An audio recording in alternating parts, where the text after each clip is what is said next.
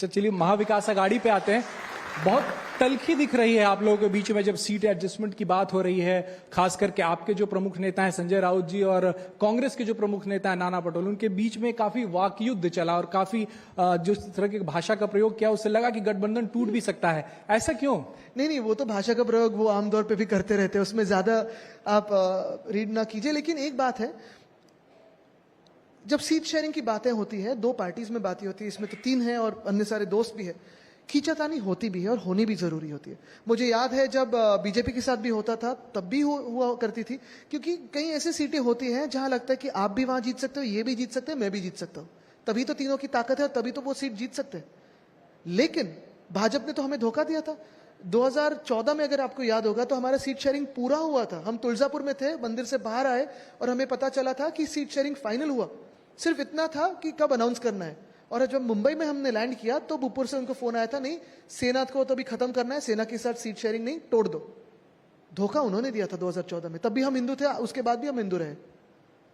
19 में भी उन्होंने धोखा दिया, लेकिन अभी सीट शेयरिंग का चल रहा है। ये तय कैसे होगा आदित्य जी, ये बात कि मीट कमरे के अंदर दो ही तीन लोग रहे होंगे कि उद्धव जी को सीएम बनाने की बात हुई थी, वो कहते नहीं हुई थी। एक काम कीजिए ना, एक विश्वासार्हता की पोल लीजिए, भाजपा के सारे नेता लगाइए उस फोटो में और उद्धव जी एक अकेला को खड़े कीजिए।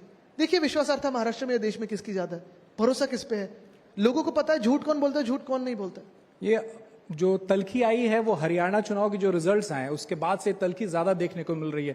जिस तरीके से एग्रेसिव आप लोग हुए, संजय राउत जिस तरीके से बयान दे रहे थे, वो हरियाणा चुनाव के रिजल्ट्स के बाद आए। उन्होंने कहा कि राष्ट्रीय पार्टी यहाँ क्षेत्रीय दलों के बिना चल नहीं सकती और कांग्रेस ओवर कॉन्फिडेंस में न रहे। तो हरियाणा चुनाव के रिजल्ट के बाद कुछ बदला है महाविकास अघाड़ी में? मैंने एक्चुअली टीवी नहीं देखा तब उनके स्टेटमेंट्स के दौरान, और उन मीटिंग में मैं बैठता नहीं, तो जितना भी आप मुझसे वो बयान लेना चाहते हैं मैं तो वेल लेफ्ट ही करना चाहता हूँ। उनके बयान तो रोज हेडलाइन बनते हैं। बिल्कुल, और उसी ताकत के वो जो संजय राउत जो बोलते हैं, ऑब्वियसली वो पार्टी के सीनियर लीडर हैं, एमपी हैं, तो वो पार्टी के ही शब्द हैं। देखिए मैं वापस एक बार कहना चाहता हूं कि सीट शेयरिंग का जो मामला है, खींचातानी होती है, अंत तक होते रहेगी।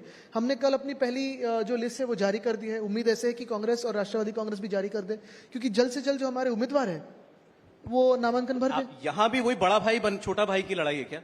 मैं तो उस लेवल में भी नहीं हूं, मैं तो यंग हूं उससे। नहीं, देखिए इसमें कोई बड़ा भाई छोटा भाई की कोई लड़ाई नहीं है। यही है कि ज्यादा से ज्यादा सीट कौन जीत सकता है और सरकार बनाने में किसकी मदद हो सकती है। आपके विधानसभा क्षेत्र की बात कर लेते हैं। आप वर्ली से चुनाव लड़ रहे हैं। पिछली बार जब आप चुनाव लड़े थे तब एमएनएस ने, राज ठाकरे साहब, वहां भी इंडिया टुडे का कोई बाइट लेने आया था, मैंने कहा यहाँ कॉन्क्लेव में ही पूछ लो तो उन्होंने तब कैंडिडेट नहीं दिया था, इस बार कैंडिडेट दिया है। अब उनके बेटे खुद खड़े हैं माहिम से, तो वो उस वक्त ऐसा माहौल बना था कि शायद जब वो चुनाव लड़ेंगे तो आप लोग कैंडिडेट नहीं देंगे, लेकिन आप लोगों ने कैंडिडेट अमित ठाकरे के सामने अनाउंस कर दिया है। बिल्कुल, देखिए ये मैं खुद के बारे में अगर मानना चाहता हूं तो यही है, पिछले 5 सालों में तो काम तो हुआ है, बहुत सारे कैंडिडेट्स आएंगे ही। ये लड़ाई जो है वो 2019 जैसे नहीं, आज की जो लड़ाई है कि क्या बीजेपी और एकनाथ शिंदे महाराष्ट्र को जो बेचने वाले हैं या बेच रहे हैं भी हमारे साथ है, जो बीजेपी के खिलाफ है, एकनाथ शिंदे के खिलाफ है, जो ये मुंबई का जो अदानीकरण चल रहा है, महाराष्ट्र की संस्कृति का जो भाजपकरण चल रहा है, उसके खिलाफ है, वो हमारे साइड पे आ जाएंगे। नहीं, लेकिन यहाँ परिवार की बात है। वो ये कह रहे हैं कि भाई जब आपका इलेक्शन था 2019 में, जो हमारे परिवार राज ठाकरे ने कैंडिडेट नहीं दिया। पूरा महाराष्ट्र हमारा परिवार ही है। तो राज ठाकरे नहीं है परिवार है ना, तो मैं वही कह रहा हूँ, पूरा महाराष्ट्र हमारा परिवार है। लेकिन ये बात जो लड़ाई की बात है, अमित ठाकरे के सामने आपका कैंडिडेट हो, ये उनको तो मैं शुभकामनाएं दिया ही हूँ, उनको मैंने शुभकामनाएं दी हूँ मैंने सुबह तो। लेकिन एक ही बात है इसमें, पहली बात तो यही रहेगी कि आज ये तय करना होगा कि कौन सी पार्टी कौन सी लाइन ले रही है। क्या आप अदानीकरण के साथ हो या विरोध में हो, क्या भाजपकरण के साथ में हो या विरोध में हो, क्या महाराष्ट्र के लूट के साथ में हो या विरोध में हो।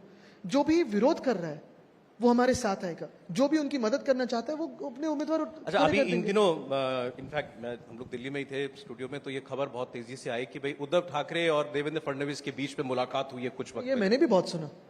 आप ऐसा कुछ नहीं हुआ? हम कभी पिछले दरवाजे से किसी को मिलते ही नहीं है, जो भी हो सामने हो। देखो, हमें कभी भी जरूरत नहीं पड़ी कि हुडी पहन के अपना रूप बदल के किसी के घर जाए, क्योंकि हमें कोई पद का कोई मोह नहीं है। जैसे हमने वो पद हमें मिला था वैसे ही हमने छोड़ दिया था और वैसे ही हम सरकार बनाएंगे। हमें कोई ऐसे मोह माया नहीं है कि ये बनना है वो बनना है, कोई स्वार्थ नहीं है, ना कोई निजी इसमें ये है कि मैं गॉगल बदल के या टोपी पहन के कहीं जाओ या छुप के जाओ, ऐसे कुछ नहीं है। ये एकनाथ शिंदे जी और देवेंद्र फडणवीस जी करते थे, हमारा कोई स्वभाव नहीं है ऐसे। आपने कहा कि पिछले दरवाजे से हम इनसे स्वभाव लेते हैं। आप